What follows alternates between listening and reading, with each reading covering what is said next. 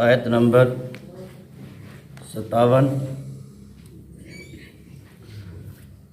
اعوذ باللہ من الشیطان الرجیم، بسم اللہ الرحمن الرحیم۔ وَظَلَّلْنَا عَلَيْكُمُ الْغَمَامَ وَأَنزَلْنَا عَلَيْكُمُ الْمَنَّ وَالسَّلْوَىٰ كُلُوا مِن طَيِّبَاتِ مَا رَزَقْنَاكُمْ وَمَا ظَلَمُونَا وَلَٰكِن كَانُوا أَنفُسَهُمْ يَظْلِمُونَ۔ صدق اللہ العظیم۔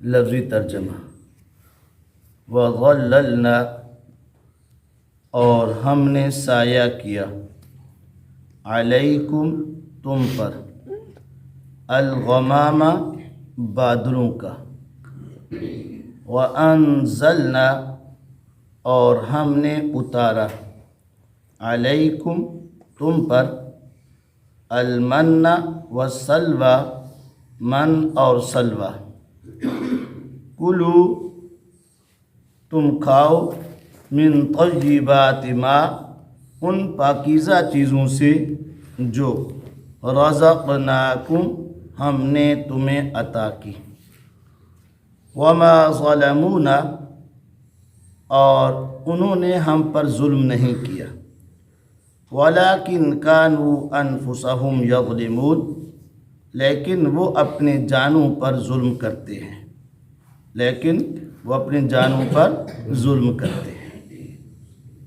بمحاورہ ترجمہ، وَظَلَّلْنَا عَلَيْكُمُ الْغَمَامَ وَأَنزَلْنَا عَلَيْكُمُ الْمَنَّ وَالسَّلْوَىٰ، اور ہم نے تم پر بادلوں سے سایہ کیا، اور ہم نے تم پر من اور سلویٰ کو اتارا، تو تم ان پاکیزہ اور نفیس چیزوں سے کھاؤ جو ہم نے تمہیں عطا کی، اور انہوں نے ہمارا کوئی نقصان نہیں کیا، لیکن وہ اپنے جانوں پر، اپنی نفسوں پر ظلم زیادتی کرتے ہیں۔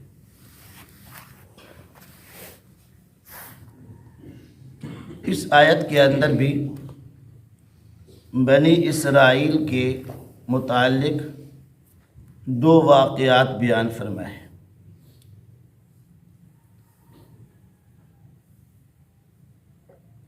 آپ کو یہ معلوم ہونا چاہیے کہ موسیٰ علیہ السلام بنی اسرائیل کو مصر سے لے کر کیوں چلے تھے؟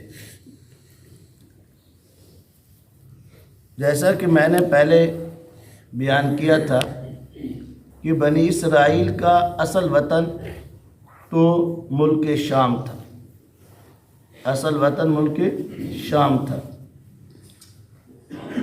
یوسف علیہ السلام کے مصر پہنچنے اور پھر والد اور بھائی کو وہاں بلانے، اس کے بعد پھر یہ وہاں آباد ہو گئے، اس وقت سے مصر میں رہ رہے تھے۔ تو اب جب فرعون نے یہاں سرکشی کی تو اس کی ہدایت کے لیے اللہ پاک نے موسیٰ علیہ السلام کو بھیجا۔ جب تک اللہ تعالیٰ کو منظور تھا یہاں موسیٰ علیہ السلام رہے، بنی اسرائیل ایمان لے آئی موسیٰ علیہ السلام پر، فرعونی قوم قبطی وہ ایمان نہ لے آئے، تو اب فرعون کے مظالم کی انتہا ہو گئی۔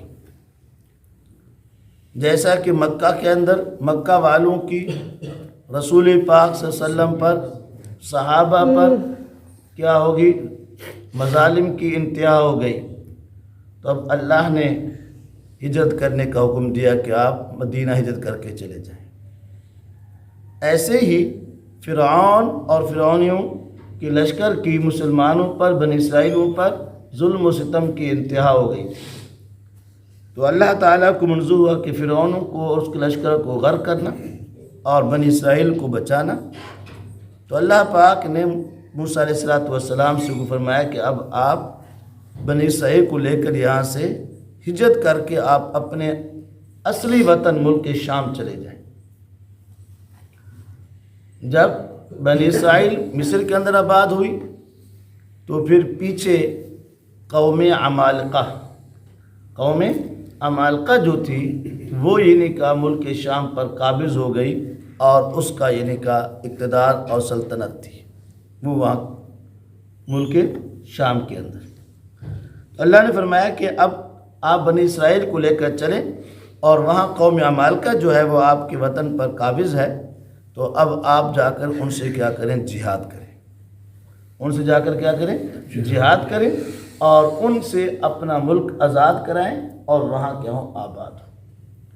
تو یہ موسیٰ علیہ السلام بنی اسرائیل کو لے کر جو چلے تھے مصر سے، اس نیت سے چلے تھے، اور پھر وہ واقعہ فرعون کے تعاقب کا پیش آیا، پھر فرعون غرق ہوا۔ تو جیسا کہ میں نے اب بیان کیا تھا، غرق ہونے کے بعد بعض مفسرین کہتے ہیں دوبارہ مصر چلے گئے تھے موسیٰ علیہ السلام بنی اسرائیل، اور بعض کہتے ہیں آگے چلے۔ تو بہرحال جب بنی اسرائیل مطمئن ہو گئے تو فرعون کا خوف ختم ہو گیا۔ اب جا تو رہے تھے آگے قوم اپنے ملک کے وطن اصلی ملک شام میں، اور وہاں جب کوہ سینا کے دامن کے اندر ایک میدان تھا، اس میدان کا نام ہے میدان تیہ۔ میں یہ بتاتا ہوں آپ کو کہ اس کی کتنی لمبائی چوڑائی ہے۔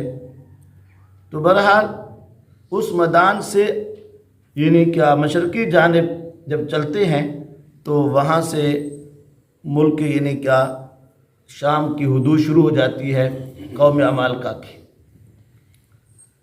تو جب بنی اسرائیل فلسطین کے بارڈر پر پہنچے، قوم عمالقہ کے بارڈر پر، تو وہاں کچھ آدمی جاسوسی کے لیے بھیجے موسیٰ علیہ السلام نے، بنی اسرائیل نے جا کر قوم عمالقہ کا جائزہ لے کر آئیں، وہ کس حال میں رہتے ہیں، کیا کیا ان کی یعنی کیا پاس ہے۔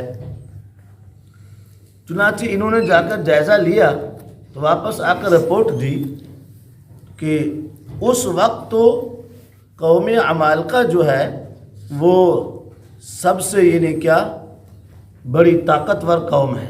قوم عمالقہ اس وقت بڑی طاقتور اور زور آور قوم ہے۔ اب ان کے ساتھ لڑنا اور مقابلہ کرنا یہ کیا بہت ہی مشکل ہے۔ یوں سمجھ لیں کہ اس وقت کی وہ سپر پاور ہے۔ تو جب بنی اسرائیل نے یہ دیکھا تو آ کر موسیٰ علیہ السلام سے کہا کہ اے موسیٰ، اب ہمارے لیے ان کے ساتھ لڑنا یعنی کہ یہ مناسب نہیں ہے، ہمارے پاس وہ طاقت اور اسباب نہیں ہے۔ جب موسیٰ علیہ السلام نے اصرار کیا کہ اللہ کا حکم ہے چلو، تو آگے سے بنی اسرائیل نے کہا فَاذْهَبْ أَنْتَ وَرَبُّكَ فَقَاتِلَا إِنَّا هَاهُنَا قَاعِدُونَ۔ اے موسیٰ، آپ اور آپ کا رب جا کر لڑیے، اور ہم تو یہاں بیٹھنے والے ہیں، اس میدان تی کے اندر بارڈر سے پہلے۔ تو اب اللہ پاک نے جب انہوں نے انکار کر دیا تو پھر اللہ پاک نے بطور سزا کے عتاب کے یہ کیا کہ پھر وہ اسی میدان تی کے اندر جو ہے یہ 40 سال تک رہے۔ میدان تی کے اندر انہوں نے کہا کہ ہم یہاں بیٹھے ہیں، یہ واپس جا رہے ہیں۔ اب یہ کیا کرتے؟ ہر روز صبح سویرے وہ میدان تی جو تھا، تفسیر جمالین والی لکھا ہے کہ 9 فرسخ، اور تفسیر معارف اور کا لکھا ہے کہ 5-6 ہم نے اردو میں کہتے ہیں کرہا جو کہتے ہیں اس طرح کا لفظ، پھر بتایا کہ تقریباً 10 میل، اتنا تقریباً 10 میل کا وہ میدان تھا۔ تو اب یہ صبح کو لشکر کتنا تھا؟ 6 لاکھ سے زائد، 6,70,000 لکھی ہوئی تھی تعداد۔ تو فرمایا کہ وہ یعنی کہ صبح سے چلتے واپس مصر کی طرف ہم جاتے ہیں، لیکن وہ میدان ختم نہیں ہوتا تھا، طے نہیں ہوتی تھی، ہم چلتے رہتے تھے۔ اور فرمایا کہ شام کو قریب جا کر پہنچ جاتے، کہتے ہیں بس اب قریب پہنچ گئے ہیں، اب یہاں تھک گئے، آرام کریں، صبح جب ہوگی اٹھ کے چلے جائیں گے مصر میں۔ جب آرام کرتے، صبح جب اٹھتے دیکھتے جہاں سے چلے تھے وہیں ہیں، تو کیا سرگردان پریشان اس میدان کے اندر پھرتے رہے۔ اور اس لیے تی کا معنی ہی کیا ہوتا ہے؟ سرگردانی اور پریشانی، سرگردان اور پریشان، یہ وہاں پھرتے رہے 40 سال۔ ظاہر ہے 40 سال کے اندر وہاں بنی اسرائیل نے جا کر کوئی اپنی کوٹھیاں تو نہیں بنائی تھی، عمارات مکانات نہیں بنائے تھے، ان کے پاس تو خیمے تک نہیں تھے، رات کو چوری بھاگ کر آئے تھے، تو انسانی تمام ضروریات کا تقاضا تھا۔ تو سب سے پہلے ایک واقعہ پیش آیا، تو انہوں نے چونکہ وہ میدان تھا، میدانی دھوپ سے بچنے کا کوئی ذریعہ نہیں تھا، نہ کوئی مکان نہ کوئی درخت، تو انہوں نے بنی اسرائیل نے موسیٰ علیہ السلام سے درخواست کیا، موسیٰ اللہ تعالیٰ سے دعا کریں کہ اس دھوپ سے تو ہم بچ جائیں، یہ بہت سخت گرمی ہے۔ غالباً ہمارے فرقان والوں نے یا ترجمانین میں لکھا ہے کہ اگر اللہ تعالیٰ ان کے لیے یہ دھوپ سے بچنے کا انتظام نہ کرتے تو یہ بنی اسرائیل وہیں دھوپ کے اندر ہی جل کر ہلاک ہو جاتی ہے۔ اسی واقعے کو بیان فرمایا وَظَلَّلْنَا عَلَيْكُمُ الْغَمَامَ، کہ اللہ تعالیٰ نے ان کے اوپر کیا؟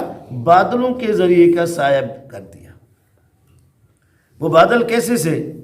تو تفسیر جلالین والے کہتے ہیں فرمایا کہ سطرنا بکم بالسحاب الرقیق، سطرنا بکم بالسحاب الرقیق، ہم نے تم پر کیا؟ پردہ کیا باریک بادل کے ساتھ۔ اور آگے شاہ جمال کہتے ہیں السحاب الرقیق الابیض، یعنی کہ ایک سفید قسم کا باریک بادل آ گیا، اور ہر وقت وہ ان کے اوپر دن کے وقت کیا؟ سایہ افغن رہتا تھا اور سایہ کی رہتا تھا، اور ان کو اب دھوپ بھی نہیں ستاتی تھی، یعنی اس سے ان کا بچاؤ ہو گیا۔ اس واقعے کو بیان فرمایا۔ ایک دوسرا ظاہر ہے کہ لباس 40 سال بندہ رہتا ہے تو اس کے لیے لباس کی ضرورت ہوتی ہے، اور میلا بھی ہوتا ہے، اس کے دھونا بھی ہوتا ہے، پرانا ہو جاتا ہے، نیا بنانا ہوتا ہے۔ تو اس کے لیے فرمایا کہ اللہ پاک نے اپنی قدرت سے موسیٰ علیہ السلام کے معجزے سے ان کا لباس نہ تو پرانا ہوتا تھا اور نہ ہی میلا ہوتا تھا، اسی لباس کے اندر یعنی 40 سال رہے۔ اور تیسرا فرمایا کہ پانی، ظاہر ہے کہ انسان کی ضرورت پانی کی ضرورت پڑتی تھی، تو جب پانی کی پیاس ستایا موسیٰ علیہ السلام سے بنی اسرائیل نے درخواست کی، موسیٰ علیہ السلام نے اللہ تعالیٰ سے دعا کی، تو اللہ تعالیٰ نے موسیٰ علیہ السلام کو ایک پتھر دیا، فرمایا کہ یہ پتھر ہے، جب بھی آپ کو پانی کی ضرورت ہو تو آپ اس پر عصا ماریں گے اور اس سے چشمے جاری ہو جائیں گے۔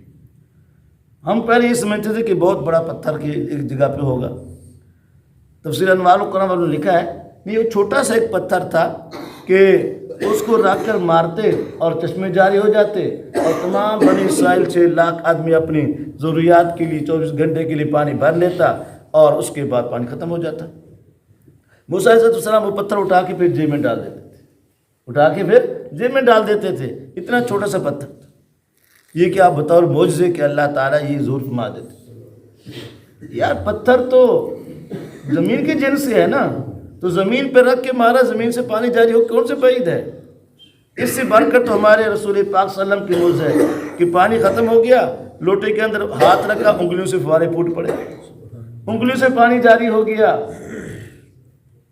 حضور علیہ السلام کا یہ معجزہ موسیٰ علیہ السلام کے معجزے سے بڑھ کر ہے۔ تو اس طریقے سے 40 سال فرمایا کہ بنی اسرائیل کی پانی کی ضرورت پوری ہوئی۔ کتنا؟ 3 واقعے ہو گئے، 4، دھوپ، لباس، پانی، 3 ہو گئے۔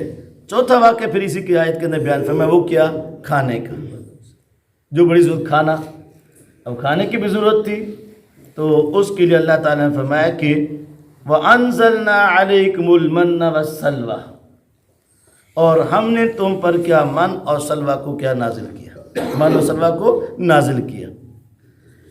من کیا تھی؟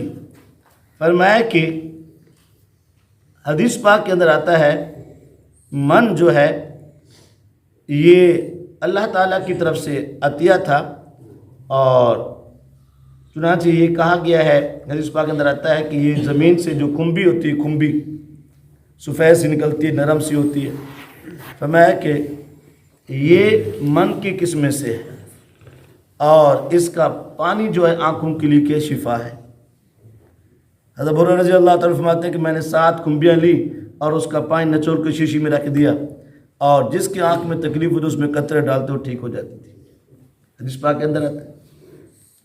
خیر، فرمایا کہ یہ من جو ہے یہ اللہ تعالیٰ آسمان سے اترتی تھی، یہ ایسی ہوتی تھی، اس کو سمجھانے کے لیے جیسے اوس کہہ دیں، یا آج کل ہم کورا کہتے ہیں، کورا زمین پر پڑتا ہے، صبح صبح جم جاتا ہے، اوس، کورا۔ اور بعض نے اس کی سمجھانے کے لیے کہا کہ جیسا کہ آپ ماشاءاللہ دیہاتی لوگ ہیں، درختوں پر وہ گوند لگ جاتی ہے، گوند، تو یہ اس طرح کی میٹھی بھی تھی، شیرین میٹھی بھی تھی، اور یہ نے کہا اس طریقے سے ٹھنڈی بھی، اور یہ نہیں کہا اور سفید بھی، ٹھنڈی بھی، میٹھی بھی، اور اس طریقے سے ایک چیز تھی جو آسمان سے اترتی اور زمین پر کیا جم جاتی، اور بنی اسرائیل جا کر وہاں سے لے لیتے۔ اور دوسرا جو ہے وہ کیا تھا؟ سلوہ۔ سلوہ یہ جمع ہے، مفرد اس کا سلواتن لکھا ہے اخفش نحوی نے، اور اس کا معنی بٹیر بھی کیا ہے، اور اس کا معنی لوا بھی کیا ہے، اور فارسی کے اندر اس کا معنی ہے ببودانہ، ببودانہ۔ یہ ایک پرندہ ہے، فرمایا کہ جو کبوتر سے چھوٹا ہوتا ہے اور چڑیا سے کچھ بڑا ہوتا ہے، کبوتر سے چھوٹا ہوتا ہے اور چڑیا سے کچھ بڑا ہوتا ہے۔ وہ پرندے اللہ تعالیٰ جھنڈ کے جھنڈ بھیجتے تھے، وہ آتے تھے اور آ کر وہاں میدان تیغ کے اندر اتر جاتے تھے، اور بنی اسرائیل آسانی سے ان کو کیا پکڑ لیتی تھی اور انہیں کا ذبح کر کے کھا لیتے تھے۔ تو من اور سلوہ یہ ان کی غذا پاکیزہ، آسمانی اور نہایت عمدہ نفیس غذا اللہ پاک نے انہیں کیا وہاں اس کا یہ انتظام کر دیا۔ ظاہر ہے کہ یہ مہمان ہیں، مسافر ہیں، اور ہیں تو اللہ کی مخلوق۔ کل جیسے آپ نے خطیب صاحب سے سنا کہ اللہ کو اپنی مخلوق سے کتنا پیار ہوتا ہے، ہاں تو پیار تھا، تو میزبان کون تھے؟ اللہ تھے۔ تو اللہ نے اپنی شایان شان ہی کیا مہمانی کا انتظام کیا، اور عمدہ اور پاکیزہ چیز کے ان کے کھانے کے لیے کیا انتظام کیا۔ لیکن اللہ پاک نے ساتھ یہ فرمایا کہ جتنا ضرورت ہو اتنا جا کے لے لو، کھا لو، آپ نے کل کے لیے جمع نہیں کرنا، ذخیرہ نہیں کرنا، جمع نہیں کرنا اور ذخیرہ نہیں کرنا۔ تو اس حکم کے اندر بنی اسرائیل نے کیا کی ناشکری کی، اور کیا کری کل کے لیے ذخیرہ کرنا شروع کی۔ جب کل کے ذخیرہ کرنا شروع کی تو پھر اللہ تعالیٰ نے اس اپنی نعمت کو کیا چھین لیا، اور ساتھ ساتھ یہ بھی کہنے لگے کہ اے اللہ ہم تو کئی دن سے جب سے آئے ہیں یہی ایک ہی کھانا کھا رہے ہیں، ہم تو اب اس سے اکتا گئے ہیں، اب ہمیں تو وہ چیزیں دیں جو زمین سے پیدا ہوتی ہیں۔ کیا ہوتی ہے؟ زمین سے، جیسا کہ آگے آئے گا، پیاز ہو گئے اور لہسن ہو گیا، دالیں ہوگی، گندم ہوگی، یہ چیزیں ہمیں دیں۔ تو پھر اللہ پاک نے حکم دیا کہ یہاں سے چلے جو وہ آگے آئے گا، اگلی آیت کے اندر اسی کو بیان کریں گے۔ تو دعا فرمائیں اللہ تعالی ہم سب کو صحیح قرآن پاک سمجھنے اور عمل کرنے کی توفیق فرمایا کہ وما ظلمونا، یہ آخر آیت کا حصہ کہ انہوں نے جب ناشکری کی اس اللہ کی نعمت کا ذخیرہ کرنے لگے، اللہ فرماتے ہیں وما ظلمونا، انہوں نے ہم پر کوئی ظلم نہیں کیا، ہمارا کچھ نہیں بگاڑا، ہمارا کوئی نقصان نہیں کیا، ولیکن کانوا انفسہم یظلمون، لیکن وہ اپنا نقصان کرتے تھے، اپنے اوپر ظلم کیا، اپنی نعمتیں کے دعا فرمائے اللہ تعالی ہم سب کو قرآن پر عمل کرنے کی توفیق عطا فرمائے۔ الحمد للہ رب العالمین والعاقبۃ للمتقین والصلاة والسلام على خير خلقه محمد وآله وصحبه أجمعين. ربنا ظلمنا أنفسنا فإن لم تغفر لنا وترحمنا لنكونن من الخاسرين. ربنا لا تزغ قلوبنا بعد إذ هديتنا وهب لنا من لدنك رحمة إنك أنت الوهاب. اللهم أعنا على ذكرك وشكرك وحسن عبادتك. اللهم إنا نجعلك في نحور من نعوذ بك من شرور. اے اللہ ہم سب کے صغیرہ اور کبیرہ ظاہری باطنی ہر قسم کے گناہ معاف فرما دے. اے اللہ جو مسلمان بیمار ہیں یا اللہ تمام کو صحت کاملہ عاجلہ مستمر. اے اللہ جو مسلمان پریشان حال ہیں یا اللہ ان کی پریشانی کو دور فرما. اے اللہ آج تک جتنا مسلمان فوت ہو چکے ہیں اللہ تمام کی مغفرت فرما دے, تمام کی قبروں کو منور فرما دے. اے اللہ عالم اسلام کے اتفاق و اتحاد نصیب فرما, حرمین شریفین کی حفاظت فرما. اے اللہ ہمارے وطن عزیز کی بھی حفاظت فرما. اے اللہ اس کو اندرون بن قسم کی سازشوں سے محفوظ فرما. اے اللہ اس اسلام کا قلعہ بنا, امن کا گہوارہ بنا, امن کا گہوارہ بنا. اے اللہ ہمارے ان تمام نمازی اور سامعین کہ اے اللہ ہر ضرورت کو پورا فرما. یا اللہ ان کی ہر پریشانی کو دور فرما, ہر جائز حاجات کو پورا فرما. اے اللہ یہ جماعت والے ساتھی یا اللہ تیرے دین کی خاطر اپنا سب کچھ قربان کر کے نکلے. یا اللہ ان کی قربانی کو قبول فرما. یا اللہ ان کی قربانی کو قبول فرما. یا اللہ ان کی برکت سے یا اللہ پورے عالم کے اندر دین کا بول بالا فرما. یا اللہ بالخصوص ملک پاکستان کے اندر یا اللہ دین کو غالب فرما. یا اللہ دینی قانون نافذ فرما. اے اللہ تو مہربانی فرما دے. صلی اللہ تعالی علی خیر خلقہ محمد وآلہ وصحبہ اجمعین. لا الہ الا اللہ.